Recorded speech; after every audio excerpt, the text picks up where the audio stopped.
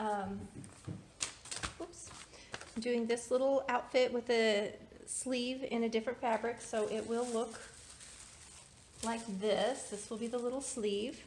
And I'm going to applique on this. I want to make a little ladybug, and I'm going to use this for the ladybug's wings. I'm going to just do a plain black for the body. So I cut out, I just went online and found something close just to help me decide on the size I want for this little dress. So I'm actually going to open this up. And I'm working with flannel, and one side of the flannel is brushed or softer, and that's technically the outside. You could use either side as long as you were consistent for the whole garment. That's really what matters. And now I need to decide for this size, the 6-month-old size, how big I want my ladybug. And I don't think I want it huge, which you could do and it would be cute, but I'm going to kind of do it offset in the corner like this. And that's not terrible, but I don't know that I want it that big.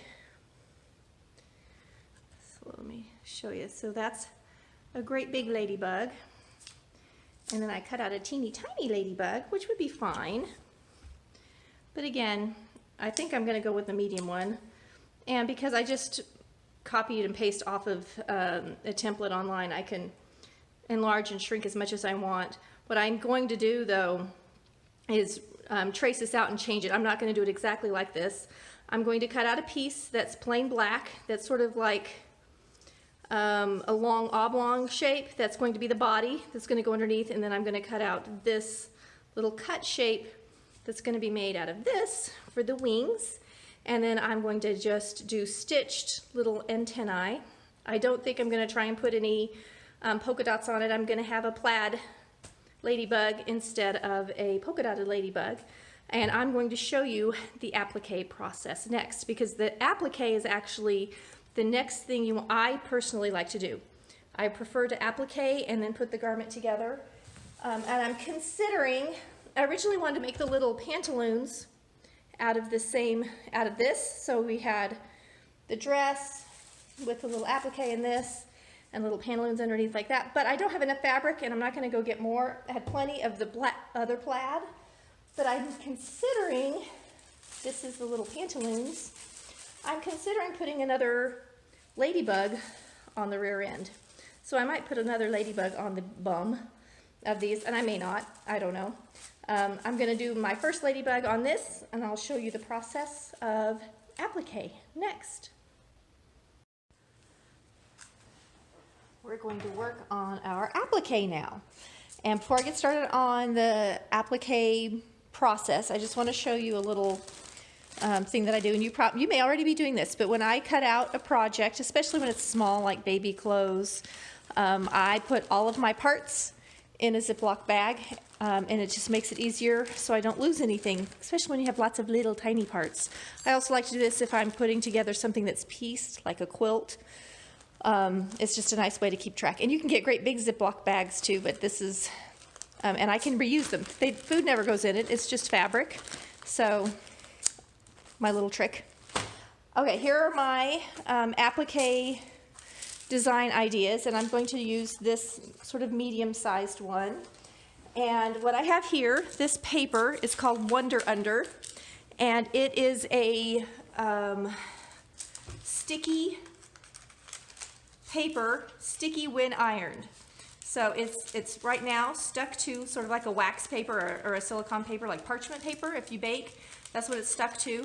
And you can buy, if you've ever heard of stitch witchery, it's the same thing, but it comes in a roll form and it's skinny, and you can use that for gluing hems and things. So I'm going to take my little pattern and I'm going to slide it underneath and see how easy it is to see through it. And I'm going to trace it 2 times. The first time I'm just going to trace what's going to be the black body.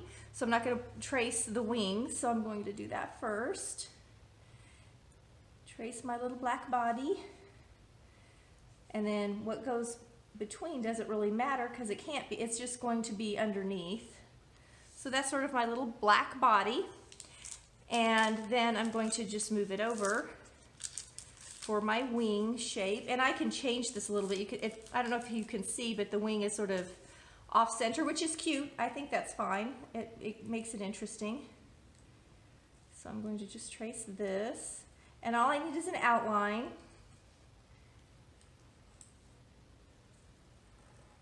And of course I won't be cutting that high up, but what this does, so now I have my two parts. This one will be out of the black fabric, and this one will be out of the red and black plaid for the wings.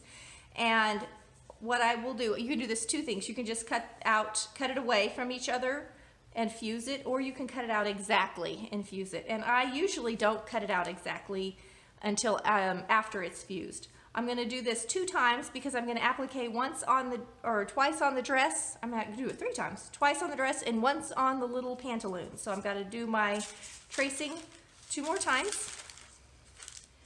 And I actually probably could get another body right over here next to this. Right here.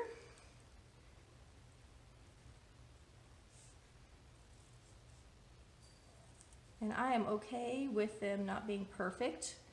I will be stitching over this. I'm kind of parsimonious with my products. I don't waste a lot of fabric or under. Make sure when you trace, you're tracing onto the paper side and not the side that will become sticky later.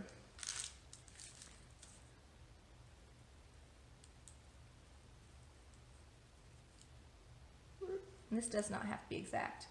When you're appliquing, at least the kind of applique that I'm going to do, I'm actually going to do one of these with the little, pardon the doggy, she just saw a squirrel. I'm going to do one of these, and I'm going to kind of go the opposite direction like this. There. Okay, so now that is done, I'm just going to cut them away. And since these are all going to be cut out of the same fabric, I'm going to just leave them joined together. So these will be out of my black or my body fabric, and this will be out of my wing fabric, which is this. And I'm just going to show you what I bought. I'm not sure which one I'm going to use. I'll know in a minute when I go down to the ironing board, but I bought plain black. I have plain black for the body, or I got this cute little black and white polka dot, and I'm going to cut out a little scrap of each and just lay it on the little dress when I get to the ironing board and decide which one I want, and then I'll fuse it on. All right, so now we're at the ironing board. Here are my pieces, and here's my little dress. And I've just cut a tiny swatch of my 2 body options, and this is what they look like. And I just am going to put them on the fabric to see what I think. And so this would be the body, this would be the wing. I really like the polka dot. I think this stands out better, but I just think that's more fun. So I think I'm going to go with the polka dot body. And now I'm going to take my fabric, I'm going to move the little dress, and I just need 1 layer. So here's my fabric, and I'm going, before I apply anything to it, I'm just going to give it a good press and make sure it doesn't have any wrinkles. Oops, like this. And I'm going to grab my little Under pattern, and I want to make sure I avoid the selvage edge. So I'm going to move this up a little bit. There we go. So I'm not ironing into my selvage. And this is the paper side. This is the glue, or the sticky side. It's not sticky yet, but it's getting ready to be when I put the iron on it. I'm just going to lay that right on top. And make sure you do this to the back side. You don't want to put glue on the right side as a rule. When you're doing applique, you want to glue it to the wrong side. So I'm going to just, and I have a high setting. It's cotton, almost linen, I'm doing 100% cotton fabric here. It's like a heavy broadcloth weave. And now I'm going to let that cool before I pull off the paper. And while that's cooling, I'm going to go ahead and pull out this one and give it a quick press, though it's pretty flat already. And this does have a right and a wrong.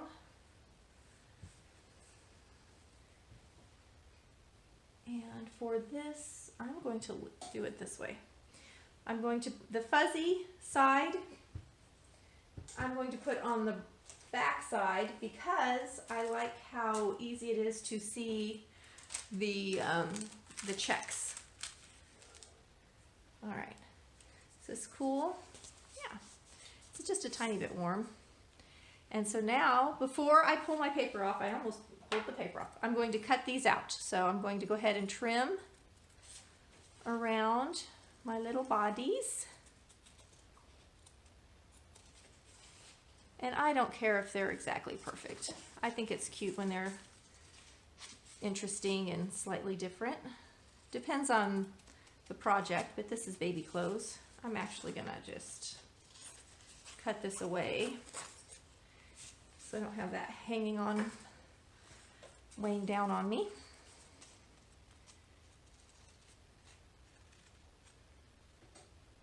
And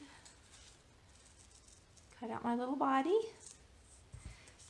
All right, now that's the little body part. And then I can bend it a little bit.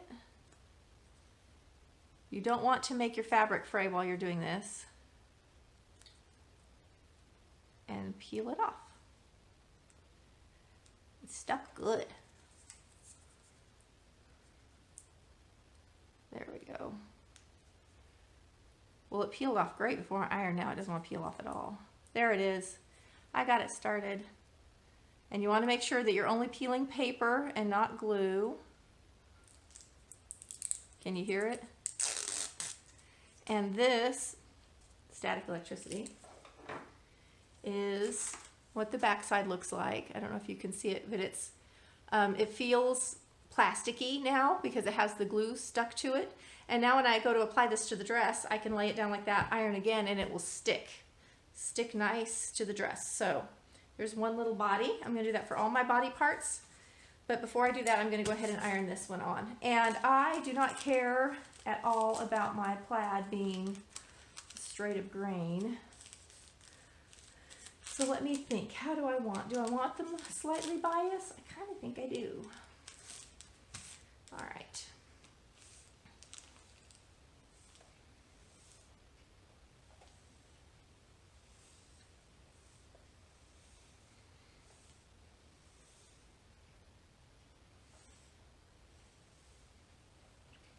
We'll let that cool, and while that's cooling, I'll go ahead and cut out my bodies.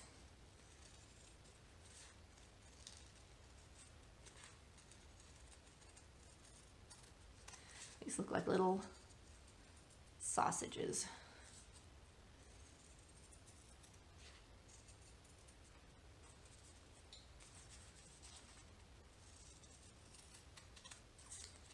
Made this one kind of straight at the bottom. I'm going to curve it just a little bit when I'm cutting.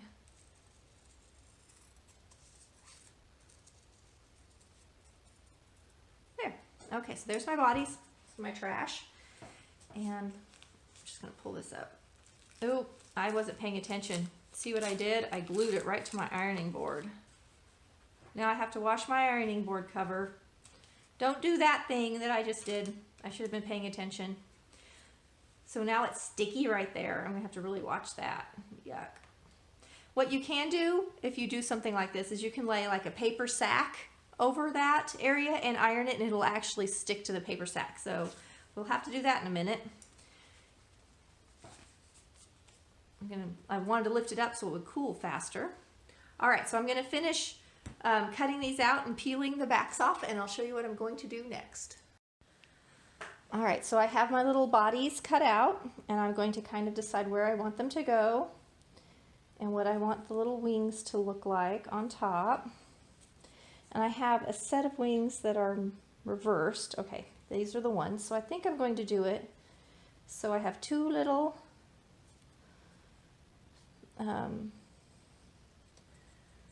these are almost in the middle. This one's offset. I like this, So I'm going to do it so they kind of face each other like that. And so that's where I want to applique them. Now, before I did that, before I glue them down, I actually ironed up my hem, because it would be really bad if I came and I stuck them down like this and then I had to hem it and they were in the wrong place. So you want to pay attention.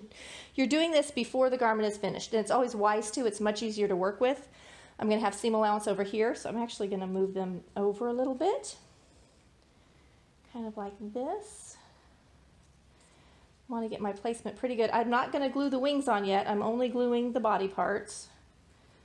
I'm only ironing those on because I'm going to actually stitch the bodies down first, then come back and stitch the wings. So I'm doing them in layers, and I just like the way it looks. I think it's more attractive, and I'm going to actually probably do some little stitched antennae on them. So if I do it kind of like this, I like where the bodies are. I'm kind of playing with the wings now. And of course I can switch those anytime. I'm kind of happy with those bodies, so that's where I'm going to put the little bodies. And the other body is for the bloomers. And I'm going to go ahead and glue these down. Now, this is my hem way down here. So that's where the hem will be, like that. And that's where my little cute little bug bodies are going to be.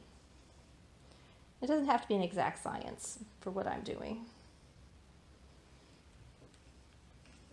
Now, if you're doing applique and you iron this on like this and don't stitch it, it will come off. This is not permanent. This would not go through the wash.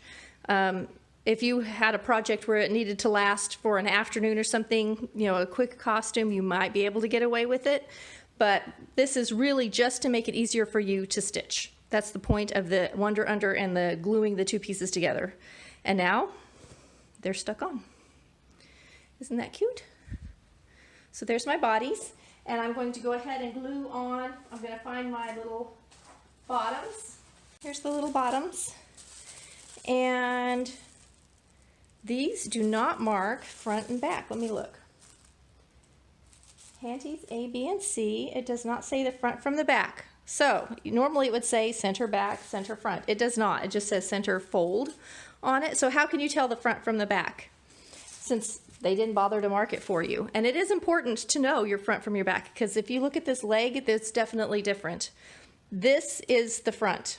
This higher part is, if you think about how our body is made, this is going to be the front. This lower part is to cover the bottom. This is the booty. So this is the part that I want to put the little bug on, the little ladybug. So I'm going to take this apart. This is my center back, and that's where I'm going to put my applique. And I'm going to do all of my applique at the same time. So I'm going to go ahead and glue the little body on this one too. I'm going to open it up and press out anything that needs pressed out.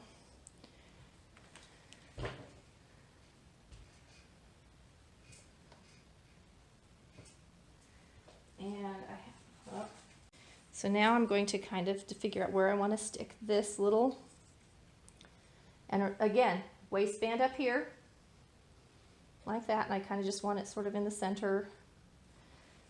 It doesn't have to be exactly center, but that's pretty close. All right, I'm going to glue that little bottom on. I'm just going to double check that I'm not gluing it to the wrong side, and I am. I'm going to flip it over. Okay. It's very close, but one side's a little fuzzier than the other, and for the garment, I want the fuzzies technically the outside. Fold this down, double check that I like where that is when you think this is going to curve under the body. So you just want to make sure it shows. If I put it too low, the baby's going to be sitting on it. If I put it too high, it's going to be in the waistband.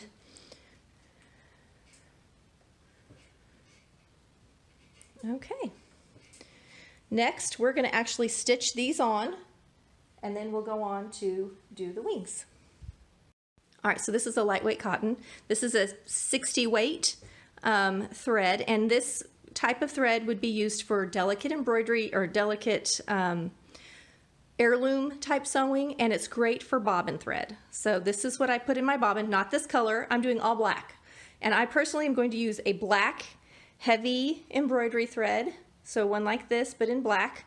And the with thread, it's interesting, but the smaller the number, let me see if I can find it on this one, number 30. That's the weight, not the color. The color is actually in a different color.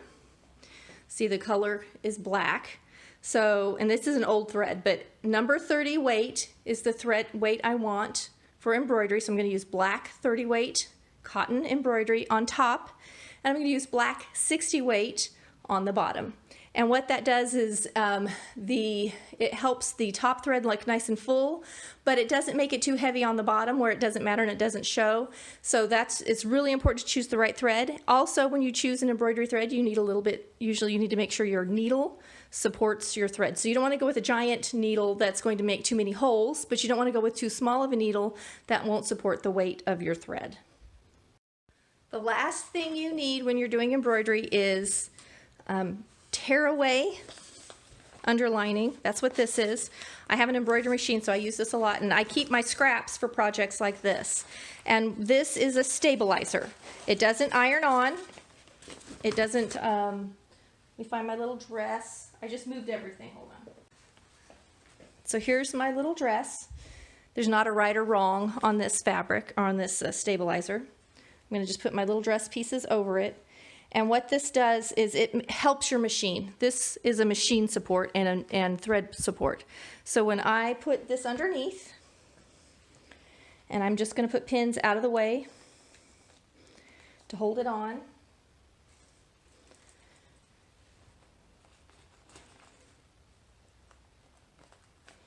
And this it's called a stabilizer for a reason. Now you're probably used to interfacing, which is a different type of stabilizer, but with this, we don't want the stabilizer to remain when we're done with our project. So we're stabilizing only for stitching, and then it literally tears away. So, and you could use paper. I mean, you could use a lot of things for stabilizer, but paper dulls your needle. This will not. So it's worth the investment to get tearaway stabilizer. Pellon makes it I buy it by the giant roll like this. Because I use it a lot, and I like applique. I've done applique quilts, applique pillows. I do a lot of embroidery work. So for me, it's worth it to buy it in bulk like this, but it's not very expensive. Go buy a half a yard for a small project or whatever you need. It doesn't also go bad, so you can just keep it stored for as long as you need. So now I'm going to thread up with my appropriate threads, and we're ready to start stitching. This is my embroidery weight bobbin thread. It's specific for doing embroidery work and keeping the tension appropriate for when you're doing satin stitching. And because it's black, I have a huge cone, a giant cone that I buy it on. It's hard to tell when it's on the bobbin.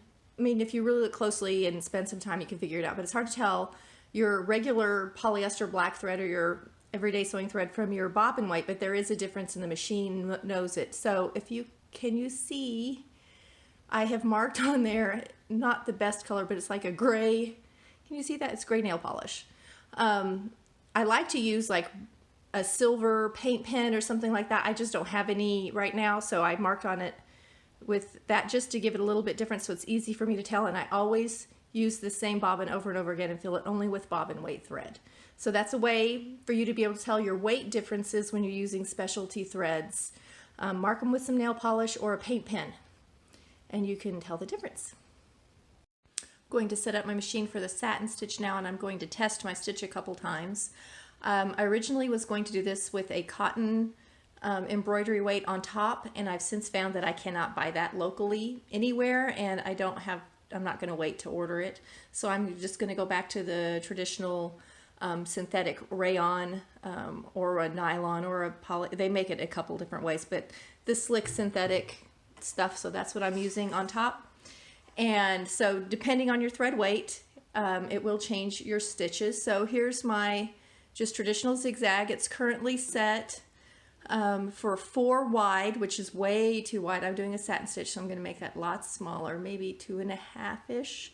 And then if you can see, it still looks like a zigzag. So we're going to stack our stitches a lot. And that may be too narrow, we'll see. But I'm going to do a couple practice runs and see what it looks like.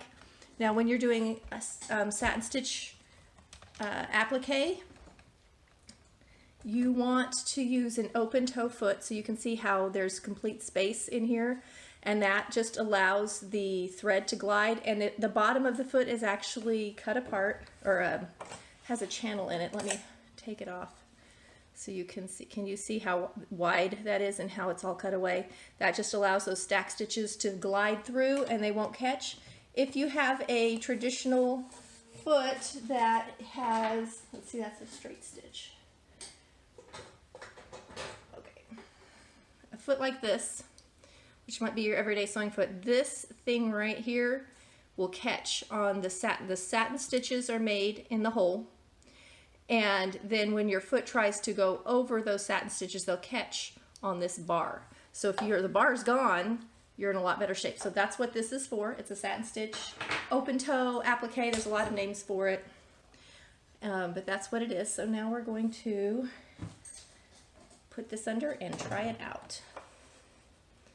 And this is just, again, I do this all the time. It's just a little sample. I want to line up my applique halfway with the foot, and let's just give it a go.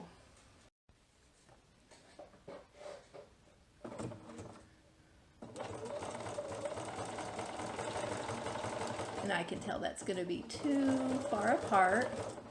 So I'm going to go ahead and just clip my thread and pull it out and look at it. And you can see the zigzag. And this, holding it up like this, because there's light behind it, you can actually see all the little holes. But let me lay it flat. Oops. So it's going to be a little hard for you to see, but that's a little wide. I'm going to stack my stitches even more. So I had it at a 0.6. I'm going to go to a 0.5. And I think I might want it a tiny bit wider. I have it at 2.5 width. I'm just going to go to a 2.8. I don't want to go all the way to a 3, I don't think. And I'm going to just come in and try a different section. Line it up. Now, as long as you're covering the entire edge, you don't want, when your needle, so right now how I have it set up, get my thread underneath there. If you look at where the needle lands, it's right on the edge. If it lands so that there's any of my piece that's being appliqued beyond this needle on the right side, that's not good. You want the fabric edge to be completely covered in stitches. So you have to make sure your stitching, your fabric is completely centered with your stitching. So that's, if you don't, the first time you wash it, you're going to get some fraying. That's looking better. And on my actual piece, I don't have a straight curve like this, or a straight edge, but I'll show you what I do. When you do have an edge like that, you sink your needle at the edge and turn, make sure it's on the outer edge, and then when you turn, you're going to have nice, beautiful little corners.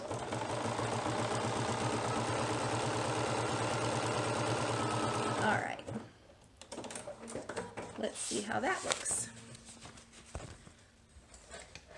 All right, so now I'm going to show you, this is my sample, and here you can see how I wasn't careful, so you have a good example. This is what it looks like when you don't wrap that edge, and you're going to have something beyond it. It's impossible to trim that and make it look nice. We're on this side. It's a little hard to see, but see, it's wrapped completely. So I like my stitch width and everything, so this is what I'm going to use to do the applique. So now I'm ready to do it on the actual garment. I like to start on a straight long edge like this where I can wrap around and cover it. Also, this part of the ladybug body is going to be covered by wings, so I also like to start and stop where it's going to be covered by the next layer. Now, you're not always going to have a layer go on top, so if you're not, you want to make sure you start and stop in a place that's easy to wrap around and cover and won't cause you any lumps and bumps or be real visible.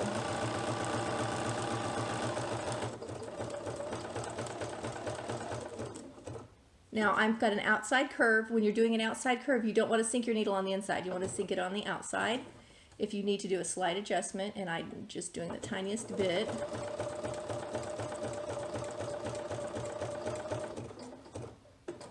Sink on the outside for curves like this.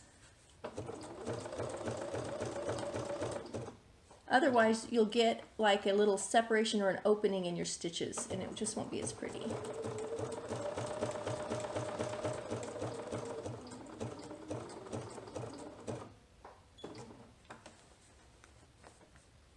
And you don't want like little pointy spots on a curved area like this either.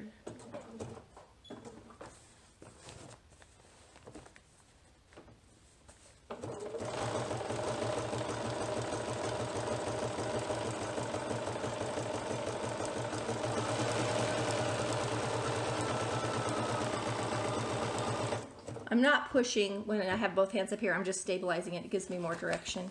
But there you can see the stitching, and on my scrap, I'm just going to flip it over so you can see this is what it looks like on the back side. It's not super beautiful, but it does what it's supposed to. So the weight of the bobbin thread actually pulls the top thread to the back. It should be a little messy looking. It should look like your top thread's coming to the back, and that's okay. You also will notice, because it's a different weight of thread, you can see the zigzag better on the back side than you can on the front side, which is pretty interesting, but that's good. It's the wrong side, it's the back side, so we want that. Okay, I'm gonna keep going around. Here's the little bug body, and I went in and made a little antenna with a satin stitch, this little circle with a little line. It's a little hard to see on this, and I may actually go in and add a sequin or a little flat button or something to make those stand out, and I may not. I may like just the subtleness of it. But now I'm going to add the body. I'm going to iron that on, and we're going to satin stitch around it. Kind of want the wings to hang down a little bit past the little bum and have a bit of a head poking out.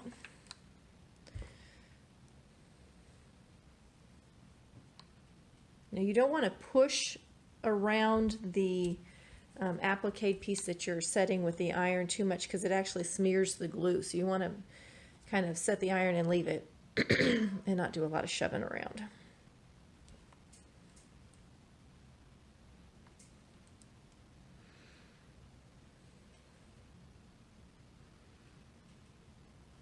All right. Looks pretty stuck. Okay, I'm going to do that to all my little buggy pieces. So this is how I'm doing the antennae. I went through the stitches in my machine, and I found one that had a nice little circle, and I'm only doing this first circle. So I come down here, I'm going to show you, get it set up, and I'm holding the camera today and not on a tripod, so I'm sorry, it's a little shaky and I kind of go in and out of focus. And this is not, I'm not being real particular about placement. I want just slightly curved, quirky little antennae. So I'm going to just let it start, and I'm watching it.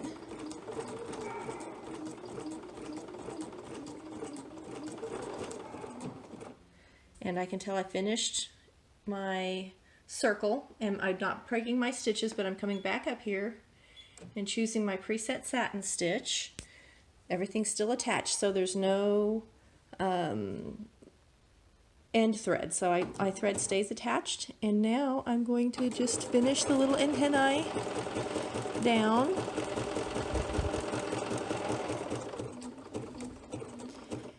And I'm going to sink my needle, and then I turn my fabric, because what I want to do, I don't want, and no one would see this but me, but I don't want my threads going a different direction, so I'm going to blend that back into the satin stitch. And that's it. Okay, so now I have two little antennae on this one. I've already done the one on the bum, and now I'm going to do this one. So this is what it looks like on the back side, where I have the stiff underneath, and you can actually see where I've made it's easy to see mistakes on the back. And on the front, they're not very noticeable. Partly because I have this checked fabric that makes it kind of disappear. But anyway, that's how it looks on the back. I'm going to iron on the other two bug bodies now that I have all my antennae done. And we're ready to stitch down our little bodies.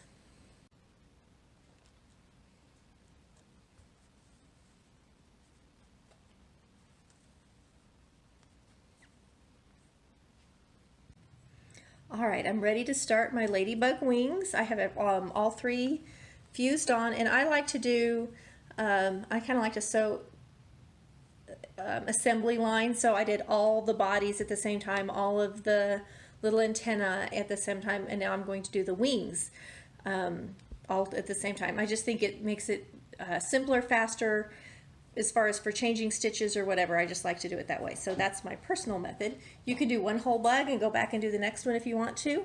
So I'm lined up. I'm starting on this outer curve so that I can come back and cover my stitches to seal the stitches. So I'm going to sew down to this corner, pivot, sew up, pivot, sew down, all the way back around and cover my stitches. All right, this is a bit of a funny angle, but I think it's going to be the easiest way for me to set up my camera for you to see what I'm doing. So I'm lining up my little bug wings right in the center of my stitching, and I'm doing my satin stitch. A nice wide curve is very easy to keep smooth.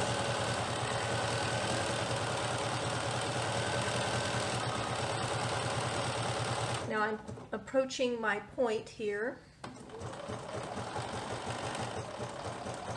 I'm going to let it completely cover the point, and I'm going to sink the needle on the outside, whoops, and rotate, sorry, I hit my pedal with my foot, and line it back up.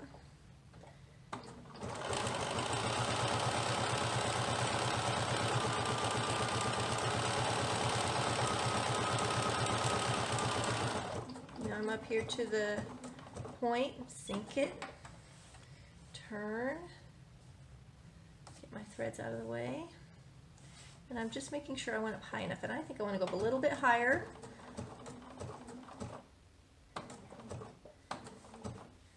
Okay, and let's sink our needle. Whoop, there we go. And I'm going to come back down the other way.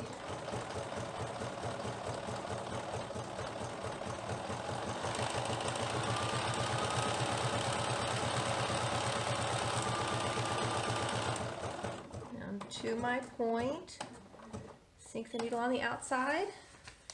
I'm lifting my presser foot with my knee.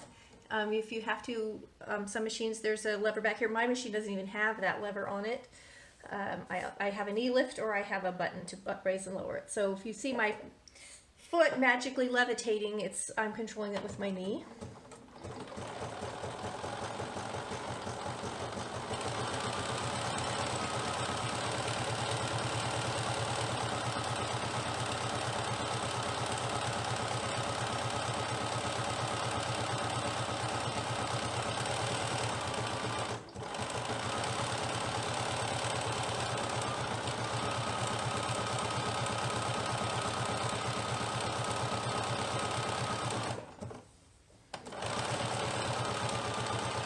Alright, I'm almost back to my original stitches, and I'm just going to come over a little bit beyond it.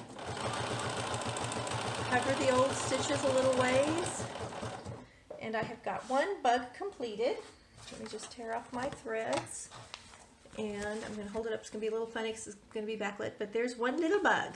So I'm going to go ahead and do the other bug on the dress and the one on the bum of the bloomers, and I'll show you when I'm done. So here are my little bugs. These are the two on the dress. And here's the one on the little bum of the pants. If I pull way back, you can kind of see the shape. So this is the rear end. There's the front of the dress. That's how they look. If you look really close, you can see the stitching line. I'm going to just flip this to the back. This is how it looks on the back, and I actually I tore this off of something else, trying to be thrifty, but you can see I actually came off just a little bit. I wasn't careful how I lined it up. But you can see all your stitching, and now you can see, let's see if I can do this one-handed, how this just tears away. So you do tear this off when you're done stitching, just like that. Just be careful. Some threads are stronger than others. You don't want to pull or mess with your threads at all, but that's it. You're just going to pull all this away, and I do pull all of it away. I pull out everything on the inside too, especially since this is for baby clothes. This is really stiff. You just don't want this against your kiddo. Even though this is inside the pants, it would be against the diaper. You just don't want it. So pull all that away. This is what's left. And then I actually use a fabric glue. I don't think I have it right next to me, but I use a fabric glue, and I will go ahead and on these little antennae, for instance, I'll put just a tiny bit of glue up here where it started. And that's just to make sure that these little ends up here don't pull out. You can sometimes pull threads through and tie them off and do some other things, but this is on baby clothes. It's going to get washed a lot. And I know that that's hard on these little stitching areas. So I'm going to go ahead and use a little fabric glue on the back side just to seal off the front of those. Everything else that I stitched has a stitching line covering it. So wherever I started, it went back over, and you can actually probably see, like in this area, the stitching's a little heavier, and that's because it's actually where I started and stopped. So I started here, came all the way around, and went back over my stitches. So next I'm going to pull this off, and then it's time to put our little outfit together. All right, I have just stitched a little sample in opposing colors to make it really easy to see the don'ts. And here's one of them right down here. So we've not caught the edge of our fabric, so we have this little excess hanging over, and that will fray the first washing or even just with wear, and it will look not pretty. The second one is here where we have a corner. We went off, picked up our foot, turned the opposite direction, so we actually have this little X that's crooked and not attractive and pretty messy, so we certainly don't want that. Here I just went crooked on you just so you could see how that can look when you have these opposing fabrics. And then on this side up here, I show what it looks like when you don't have a good satin stitch. So the fabric will fray because it's not heavily covered with thread. So you can see I got it tighter, and I kind of loosened as I went. So it's a regular zigzag. Now that can look really cute on some things. It can be a look you're going for, but you need to use the right thread. You need to have probably pre-finish your fabric unless you're going for that woolly fuzzy look, because it will eventually fray away and pull away, and you'll end up with threads, your stitching left, but your applique will come off at some point. So you have to do a little extra preparation work if you want this wide zigzag look. As a rule, when it's considered satin stitch applique, there's lots of different kinds, and I will show others someday. But if you're doing satin stitch, you should have a nice tight zigzag like this, and you want to use the correct thread, which I talked about at the beginning, and I'll also have information about in the description box. So there's your don'ts. Okay, now you can go out and applique everything, especially since it's early. You have time to start for Thanksgiving and Christmas and do placemats, stockings, Christmas stockings, lots of fun things.